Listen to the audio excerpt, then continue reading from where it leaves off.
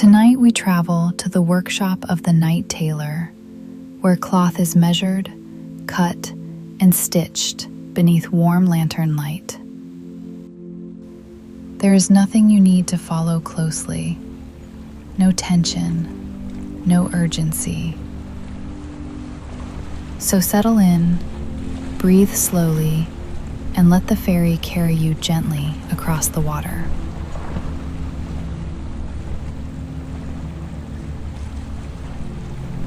The ferry moves steadily through the dark water, its hull parting the tide in a calm, even motion. Broad swells lift the ferry and lower it again without changing its course. The horizon lies low and level, dividing dark sea from darker sky. A narrow band of lantern light appears ahead, resting close to the waterline. Near the outer platform, tall windows glow softly from the workshop facing the sea. And the ferry continues its patient course toward the lantern-lit docks.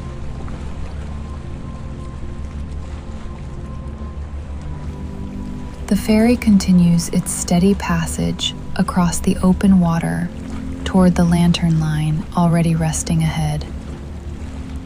Nothing about its movement changes. The hull maintains the same patient pace it has carried across the sea for some time now. Water parts quietly along both sides of the vessel, a gentle division that closes again behind it in a long, soft wake. The sound remains low and constant, never rising beyond the calm rhythm of wood moving through dark water. The lanterns ahead remain exactly where they first appeared. A row of amber lights set low along the outer edge of the platform, their reflections stretching downward in narrow columns that tremble with the slow movement of the tide. As the ferry advances, those reflections shift across the surface. The vessel passes through them one by one, briefly breaking each line of light before it gathers again behind the stern. Beneath your feet, the deck answers the quiet motion of the water below. A gradual rise, a slow return. The movement remains so steady, it becomes part of the stillness rather than disturbing it. The air above the sea stays calm enough to carry distant detail across the remaining stretch of open water. From time to time, a faint trace reaches the deck and fades again. Clean fiber, pressed cloth, the quiet scent of fabric handled carefully somewhere within the workshop ahead. The building facing the sea remains the clearest structure along the lantern line. Its tall windows rise above the dock, their light softened by thin screens drawn across the interior. Nothing inside fully resolves from this distance, only a quiet glow resting behind the glass. Behind that outer workshop, the rest of the settlement sits farther back tonight. A layered arrangement of darker roofs and dim windows forming a quiet backdrop beyond the platform. The ferry continues its approach without correction. No shift of course, no increase in speed. Only the same steady motion across the dark surface of the water. The lantern posts marking the dock's edge begin to show themselves more clearly now. Short wooden uprights standing between each amber light, their shapes reflected below in elongated lines that move gently with the tide. The sea between ferry and platform remains open for a little while longer, a dark stretch of water continuing its slow rhythm beneath the vessel's path. Each small swell lifts the hull slightly before letting it settle again. The motion repeats evenly, the ferry accepting it without resistance. Above, the sky holds its quiet stillness. A few scattered stars remain visible where the lantern glow does not reach. Their reflections appear briefly in calmer patches of water before fading again. The scent of cloth returns once more as the ferry closes another measure of distance. Wool warmed earlier beneath iron, cotton folded and set aside to rest. It drifts lightly across the deck before thinning into the open air again. The platform's outer edge grows more certain against the waterline. The straight line of boards now visible between the lantern posts, a clear boundary between the calm sea and the working dock. The lantern light remains steady as the ferry draws nearer, neither flickering nor shifting with the breeze that never quite arrives. The windows of the workshop hold their quiet glow behind the pale interior screens, soft light resting evenly across the glass. From this distance, the room within remains indistinct, only shapes suggested behind the thin fabric layer. A suggestion of tables, perhaps, or tools resting in place after careful use. The ferry continues across the final open stretch without hurry, water and wood moving together in the same measured rhythm. Lantern reflections slide slowly along the hull once more before slipping away into the dark water behind the vessel. The scent of pressed cloth lingers again, stronger now as the distance shortens further. A quiet trace of wool and cotton carried outward across the still surface of the sea. Ahead, the line of lanterns holds steady along the dock's edge. The workshop windows remain warm behind their screens.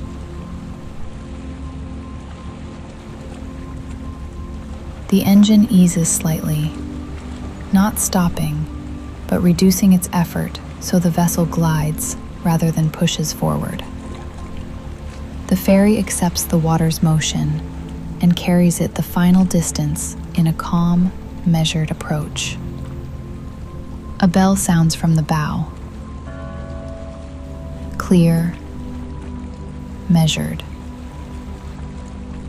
The single note travels outward across the water in a smooth arc. It moves past the lantern posts and continues into the quiet night beyond the platform. The sound does not echo sharply.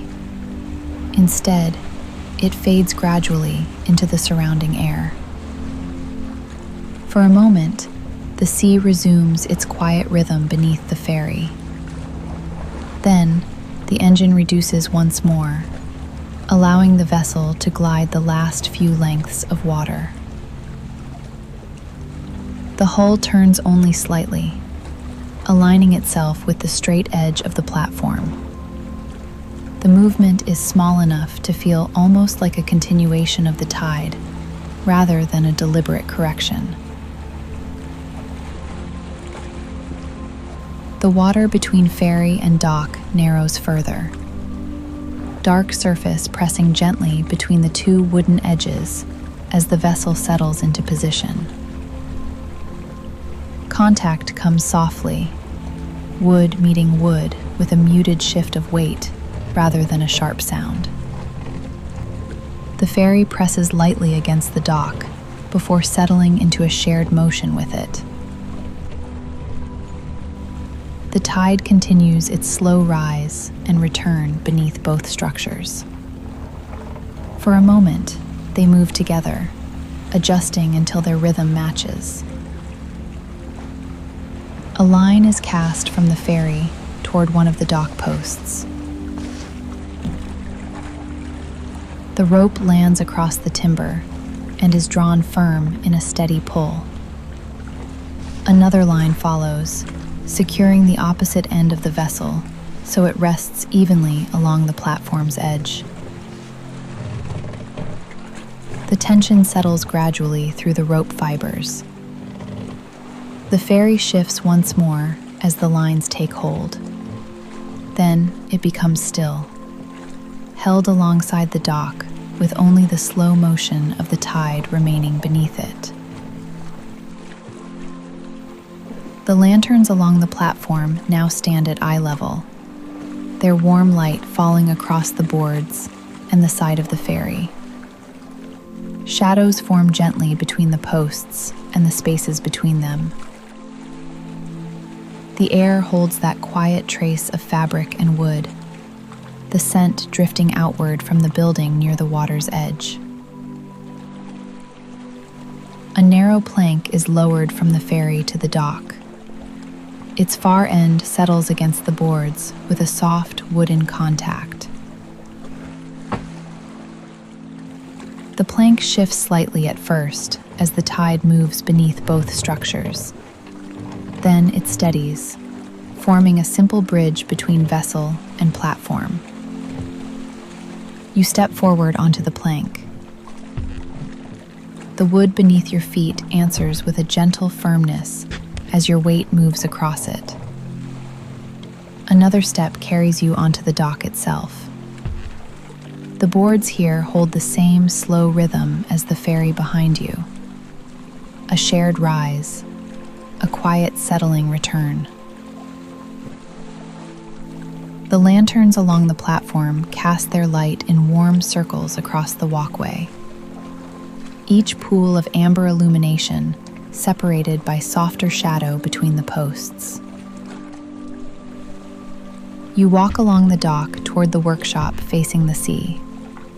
Its tall windows glow behind thin fabric screens, the light within softened into a steady, calm presence. The scent of cloth grows clearer with each step. Pressed cotton, wool folded carefully after shaping. The door of the workshop stands centered between the tall windows. A lantern above it casts a smaller circle of light across the boards of the dock. You approach the doorway without hurry. The quiet sound of the tide moving beneath the platform, continuing its patient rhythm below. Behind you, the ferry remains secured along the dock's edge, its lantern reflecting faintly across the water beside the hull. You pause for a moment beneath the lantern before the workshop door. Its warm circle of light rests quietly across the boards of the dock, softening the grain of the wood beneath your feet. The tide continues its slow movement beneath the platform, a gentle rise passing through the timber structure before easing back again into stillness.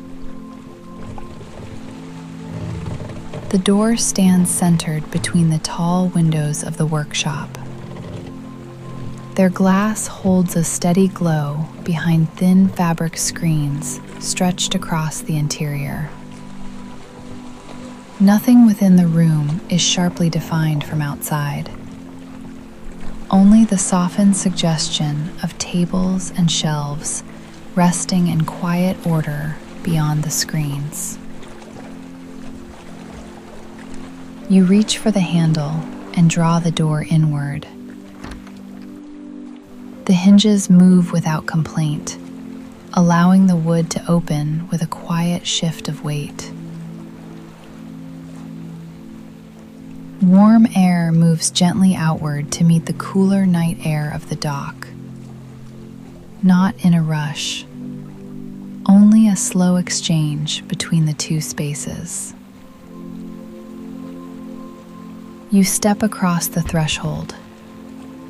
The boards inside answer with a deeper tone than those of the dock outside, the sound softened by the enclosed room. The door closes behind you with a light wooden contact. The latch settles into place with a small, contained sound that quickly disappears into the stillness of the workshop. Inside, the lantern light rests low and even across the room. Shadows gather softly along the walls and shelves, without obscuring the objects placed there. A broad cutting table occupies the center of the floor, its surface wide enough to hold long lengths of cloth without crowding the edges. A folded length of fabric rests across the table now, its dark tone absorbing much of the lantern light that falls upon it. The cloth lies smooth and carefully aligned with the table's grain. Along the far wall, shelves rise in quiet rows. Bolts of fabric stand upright between wooden dividers, each length rolled neatly and secured with simple cloth ties. The colors remain muted beneath the warm lantern glow. Deep navy, charcoal gray, pale linen. Tones chosen more for calm harmony than display. A measuring tape lies coiled beside the folded cloth on the table, its markings visible where the lantern light rests across the pale surface of the fabric ribbon. Nearby, a pair of shears rests closed upon the wood, their metal blades catching a thin reflection of amber light before fading again into shadow. A square of chalk sits near the edge of the table beside a folded pattern. Faint lines drawn across the paper indicate careful measurements prepared earlier in the evening. The scent of cloth fills the room more clearly here.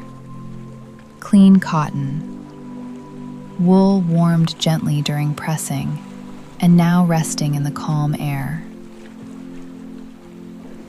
Near the window stands a linen-covered tailor's form, mounted on a wooden stand.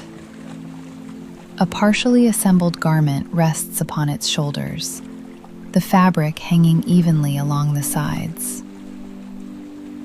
The sleeves remain unclosed for now, their seams held with careful rows of pins that glint faintly in the lantern light.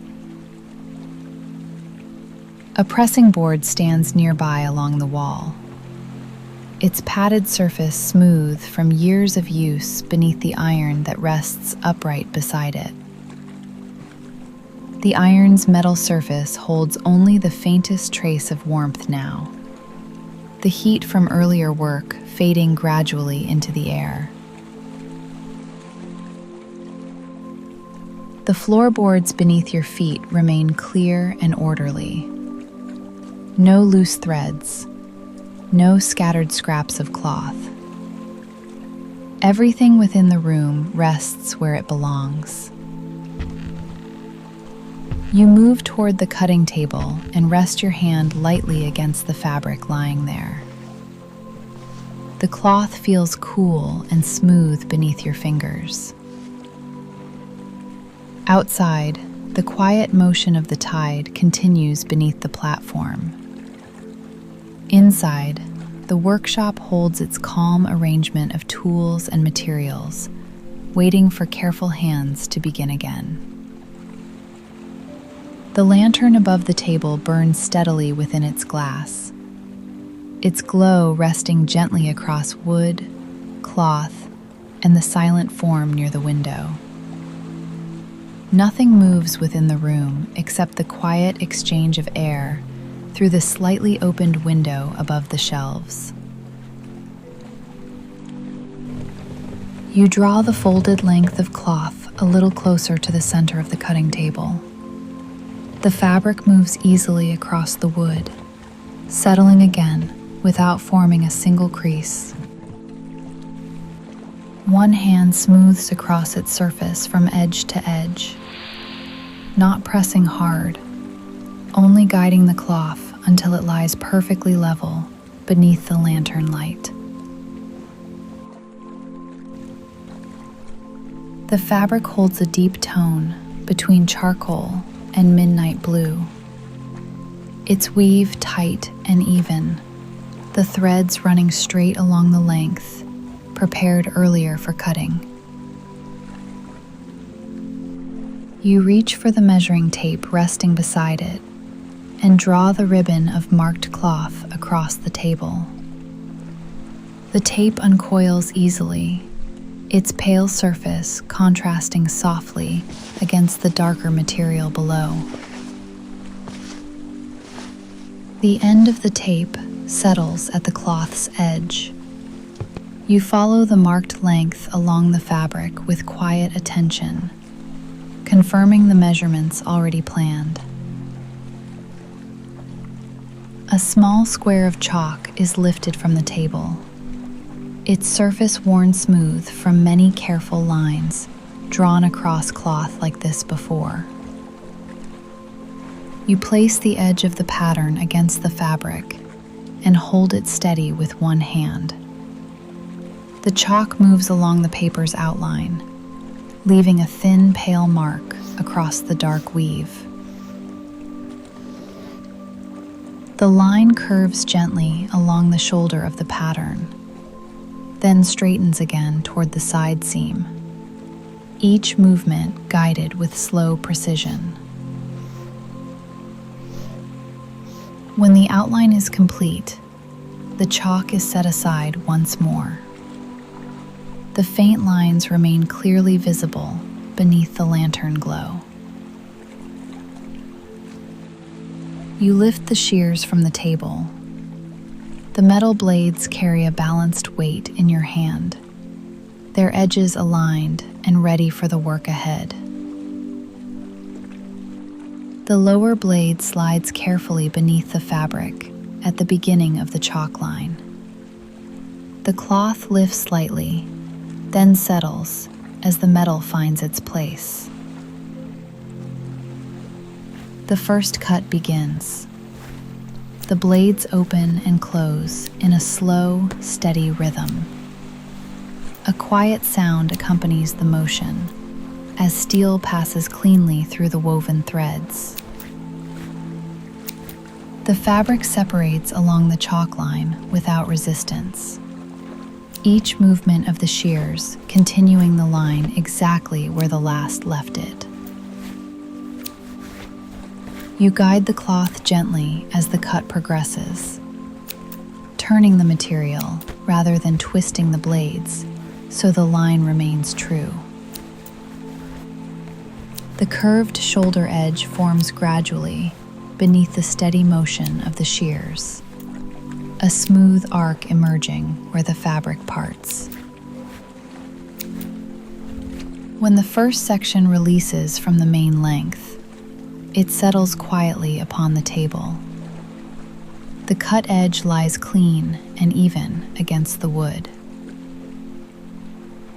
The shears pause for a moment before beginning again along the next chalk line. This cut follows a straighter path, running the length of the cloth toward the lower edge. Again, the blades open and close with the same measured rhythm, steel moving through fiber with quiet precision. The lantern light reflects briefly along the polished metal before fading again as the blades close. A second panel separates from the cloth and rests beside the first, both pieces lying smooth and ready for the next stage of work. You gather the remaining fabric and fold it carefully along its original line. The unused length is set aside near the shelf, its edges aligned neatly once more. The two cut panels remain on the table before you, their shapes now clearly defined by the earlier pattern lines. You lift the first piece and carry it to the tailor's form, standing near the window. The linen-covered torso receives the cloth as you drape it gently across the shoulder. The material settles along the curve of the form, one side falling naturally toward the waist, while the other waits to be joined. A row of fine pins rests within a small cushion beside the stand. You draw one free and secure the cloth lightly along the shoulder line. Another pin follows near the side seam, then another along the edge, where the sleeve will later join. Each pin enters the fabric cleanly and disappears almost completely into the weave. Only the small rounded head remains visible in the lantern light. The cloth now holds its place upon the form, its shape beginning to suggest the finished garment still to come. You step back for a moment to observe the fall of the fabric. The shoulder sits correctly. The side hangs straight. Satisfied with the alignment, you return to the cutting table where the second panel waits. The second panel rests on the cutting table where it was left. Its edges lie clean and even beneath the lantern light, the chalk marks still faintly visible along the seams. You lift the panel and bring it toward the tailor's form near the window. The first piece of cloth already rests there, secured lightly along the shoulder line with a row of pins. The second panel is placed carefully against it, the two edges meeting along the seam that will join the garment together. For a moment, the fabric shifts slightly as it settles into place. Your hands smooth the cloth downward along the form, guiding the material until both panels fall evenly from the shoulders toward the waist. The shape begins to take its intended balance. A pin is drawn from the small cushion beside the stand. It slides through both layers of fabric at the shoulder seam, holding them together with a light, precise grip. Another pin follows just below, then another along the side seam, where the cloth meets the curve of the form. Each pin enters quietly and disappears into the weave. The garment now holds its shape more clearly. Two separate panels joined temporarily along the lines that will soon become permanent seams. You step back and observe the fall of the cloth beneath the lantern light. The shoulder sits evenly. The front edge aligns smoothly with the side. Satisfied, you remove the pinned garment carefully from the tailor's form and return it to the cutting table. The cloth settles flat again across the wood. A threaded needle rests beside the chalk and measuring tape. You lift it gently and draw the first seam together along the pinned shoulder line. The needle passes through both layers of fabric with a small, controlled motion. The thread follows behind, drawing the cloth together in a quiet line of stitching. Each stitch is placed evenly beside the last, the seam forming gradually along the edge where the two panels meet. The work continues at an unhurried pace, needle entering the cloth, thread drawing through, the seam advancing slowly beneath your hands. When the shoulder seam reaches its end, the thread is secured with a small knot hidden within the fabric's fold. The loose end is trimmed cleanly away. You turn the garment slightly and begin along the side seam. Again, the needle moves in the same steady rhythm, drawing the cloth together with careful, even stitches. The seam grows longer beneath the lantern glow, thread binding the panels together into a single continuous shape. Once the stitching is complete, the remaining pins are removed and returned to their cushion. The garment is lifted gently from the table. You carry it to the pressing board near the wall. The iron rests beside it, its metal surface still faintly warm from earlier work. The seam is laid flat across the padded board.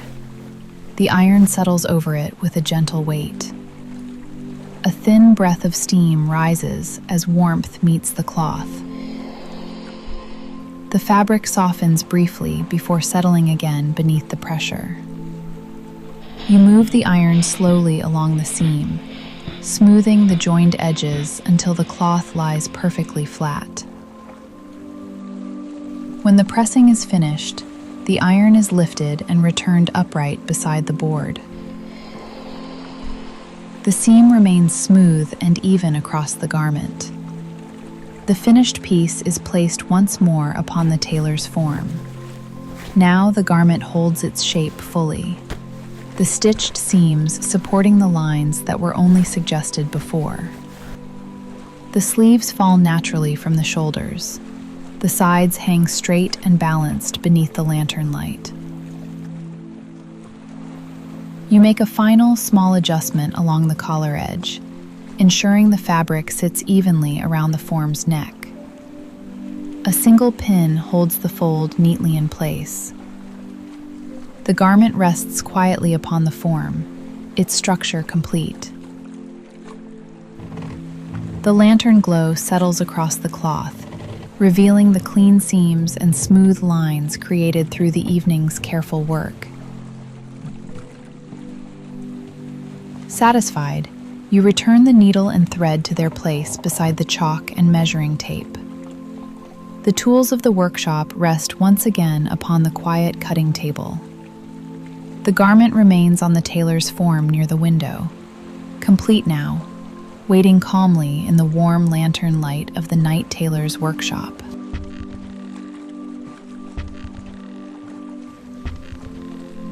You return to the cutting table and gather the remaining tools. The measuring tape is coiled gently and set back beside the folded pattern. The chalk is placed in its small wooden tray. The needle and thread are wound neatly and returned to their place among the sewing tools. The shears are lifted once more and wiped lightly with a clean cloth before being set down upon the table. Their blades rest closed in the lantern light. The fabric scraps from earlier cuts are folded together and placed beside the remaining cloth on the shelf. Nothing is left scattered across the room. The workshop grows quieter as each tool returns to its place.